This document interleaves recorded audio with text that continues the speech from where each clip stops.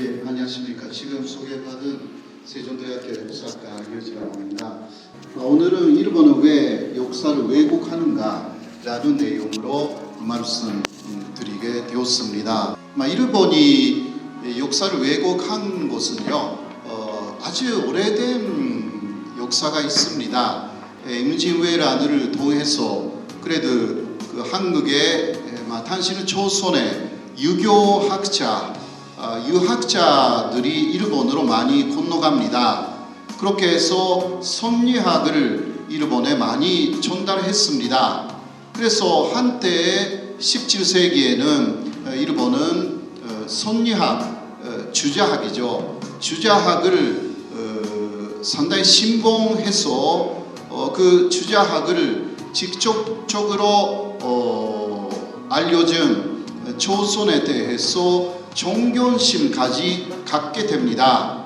그런데 문제는 선리학을 공부하면 할수록 일본이 오랑캐라고 나와 있는 것을 알게 되는 거죠. 그렇게 되어서 결국은 일본 학자들은 다른 방향으로 가기 시작한 사람들이 나타나기 시작합니다. 당시 조선, 중국을 비교할 때 일본이 가장 우수한 나라다. 이러한 이야기를 어떤 학자들이 말하기 시작합니다. 역성혁명라는 것을 일본이 하지 않고 왔기 때문에 그 부분에서 왕가가 바뀌지 않는, 왕조가 한 번도 바뀌지 않는 일본은 전체적으로 상당히 안정되어 있는 우수한 나라다. 이러한 주장을 하기 시작했어요. 그게 일본의 우파의 시작이었습니다. 3세기까지는 일본은 신라를 많이 공격합니다. 그런데 한 번도 이기지 못했어요. 그래서 신라에 대한 열등감이 있는 거죠. 그래서 일본 속이나 고사기 안에서는 신라를 이겼다라는 이야기가 나와 있는 것입니다. 그 내용도 상당히 환단무계한 믿을 수 없는 내용으로 기재가 되어 있어요. 징후황후라는 요한이죠. 요한이 하늘의 계시를 받아가지고 서쪽에 있는 나라를 정복해야 된다. 그러한 하늘의 목소리를 들었다. 이렇게 나와 있어요. 그런데 모토리 노리나가라는 18세기의 학자는 신의 계시를 받았다. 그러니까 한반도를 침략하는 것은 신의 계시다. 이런 식으로 해석합니다. 그러한 사상을 중심으로 이제 에도마부를 타도하여서 메이지 정부가 만들어집니다. 그래서 메이지 정부로서는 조선을 상당히 멸시하는 사상을 가지면서 이제 정부를 수립합니다.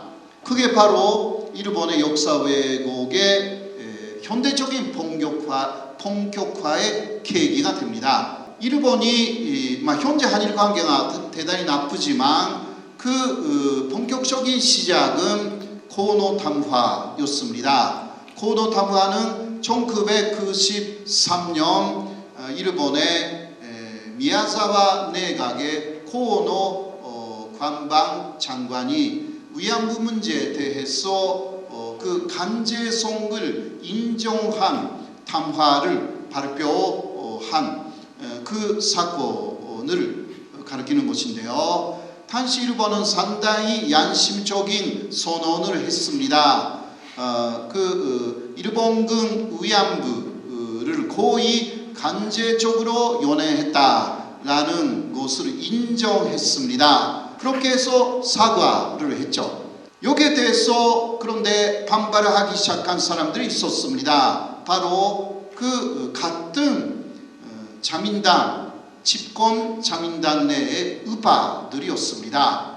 이 사람들의 주장은 위안부는 매춘부였기 때문에 강제 연행 연행을 인정한 고노 담화를 받아들일 수 없다라는 내용이었습니다. 그렇게 해서 그 15년 일본의 패전 50주년을 맞이하여서 무라야마 담화를 발표합니다. 이 무라야마 담화는 일본은 국책을 잘못하여서 아시아와 세계에 대해서 침략 전쟁을 감행했다. 이것을 인정하고 또 그 식민지 국가들에게 많은 고통을 안겨주었다라고 하여서 세계 앞에서 고개를 숙였습니다. 그러나 이 아까 이야기한 이 같은 자민당 안에의 극우파들이 일본은 침략 전쟁을 한 적이 없다. 일본은 그 백인 지배였던 아시아를 백인 지배에서 타락해가지고 아시아 사람들에게 돌려준 해방 전쟁을 한 것이다. 그런 식으로 주장하기 시작했죠. 그리고 위안부는 매춘부다. 이런 이야기를 주장했고요. 당시 아베 신조 국회의원도 그러한 역사 왜곡을 외치는 사람들의 중심에 서 있었습니다. 당시 그 국회의원이었던 아베 신조는 그 고노 담화 때문에 그 10년대 일본의 중학교, 고등학교 역사 교과서에는 위안부 문제가 다 실렸습니다. 그런데 이것은 역사적인 사실이 아니다 라고 주장하면서 교과서 집필자를 불러가지고 고쳐라 이런 식으로 계속 개입하고 있었습니다. 요새 스가 정권으로 바뀌었기 때문에 조금 덜을 하거든요. 사실 일본 해외 스가는 극우 사상을 갖고 있지 않기 때문에 그렇게 말할 수가 있습니다.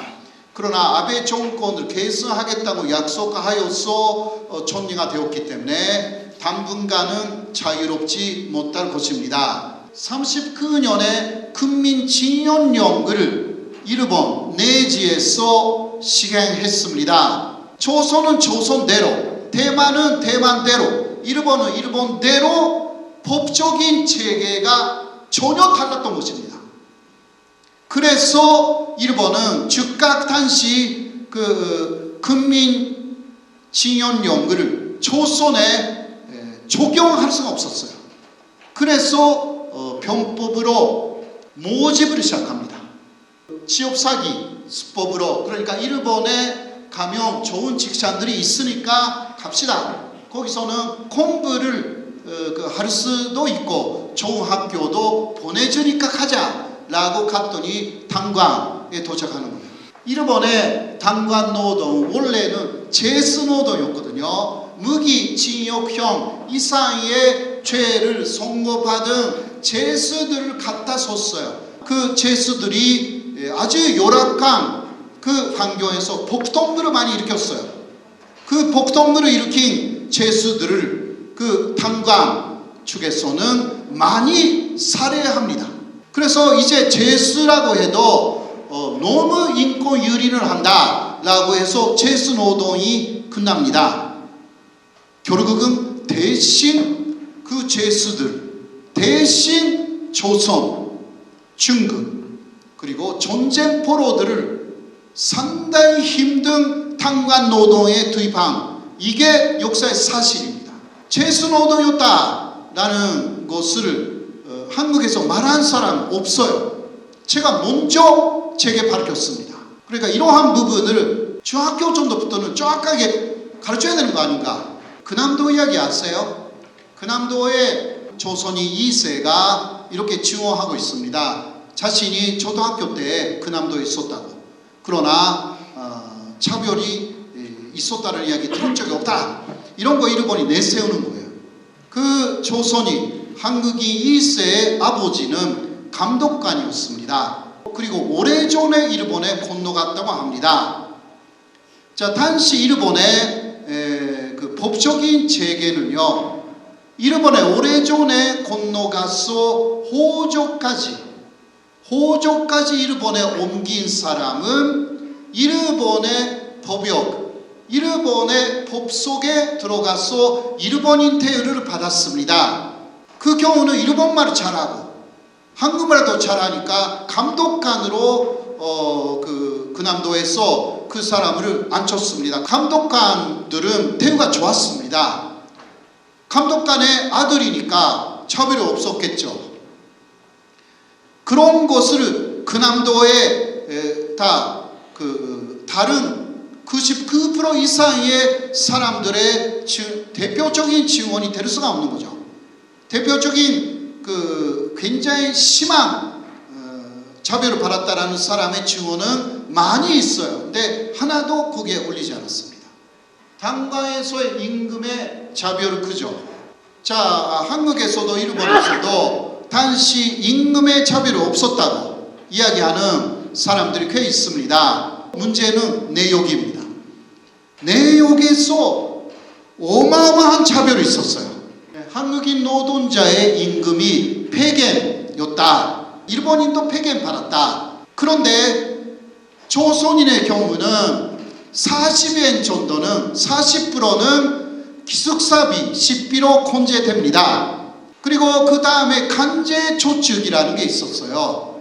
이게 20엔 정도, 20% 정도. 그리고 또 보통 조축이라고 하면서 이것도 사실상 간제 조축, 그 10엔 정도. 나머지 30엔. 20엔은 조선의 가족에게 송금을 시켜요. 남은 것은 10엔. 간제 조축은요, 이게 만기 계약이 끝날 때만 돌려줬습니다. 만기 계약이라는 것은 당시 조선인들이 1년이나 2년 계약으로 형식상 일본으로 갔습니다. 만기가 도래하여서 나갈 때만 간제 조직 등 보통 조직 등 받을 수가 있었어요. 중간에서 준도퇴직하거나 혹은 도주하거나 하면 못 받았습니다. 자, 일본인의 경우는 어땠을까? 간제 조직은 일단 있기는 있었어요. 그러나 이렇게 퍼센테이지가 많지 않았습니다. 4%, 5% 정도였어요. 그러니까 5엔, 4엔 정도만 간제 조직을 하면서 또 준도퇴직 그리고 도주해도 다 가질 수 있었어요. 왜냐하면 본인들이 통장이나 도장을 다 갖고 있었기 때문에. 그러니까 당시 일본 당광에서는요, 조선인들이 중간에서 도주하는 거 오히려 기뻐했어요. 그 사람들의 간제 조직이나 보통 조직 그리고 송금하겠다고 해서 내놓은 그 돈을 다 가로챈 수가 있었기 때문에 가로채 가지고 남은 사람들하고 그 돈으로 연애를 열었다라든가 그러한 일본인들의 증언도 있어요. 이러한 임금 구조에 어마어마한 차별이 있었습니다. 이런 것을 왜 말을 안 합니까? 이것이야말로 어마어마한 역사 왜곡이죠. 기초교육에 문제가 있습니다. 한국의 역사교육 자체가 근본적으로 바뀌어야 된다. 그냥 일본에 대한 미움만 감정적인 미움만 가르치고 일제강점기에는 굉장히 많은 사람들이 희생되었다. 그것만 말하는 것이 아니라 그 구조적인 문제에 대해서 근본적인 내용을 가르쳐야 된다. 그런 것을 가르치지 않고서는 계속 논제에 그리지 않습니다. 그렇게 말씀드리고 오늘 이 정도로 마치겠습니다. 고맙습니다.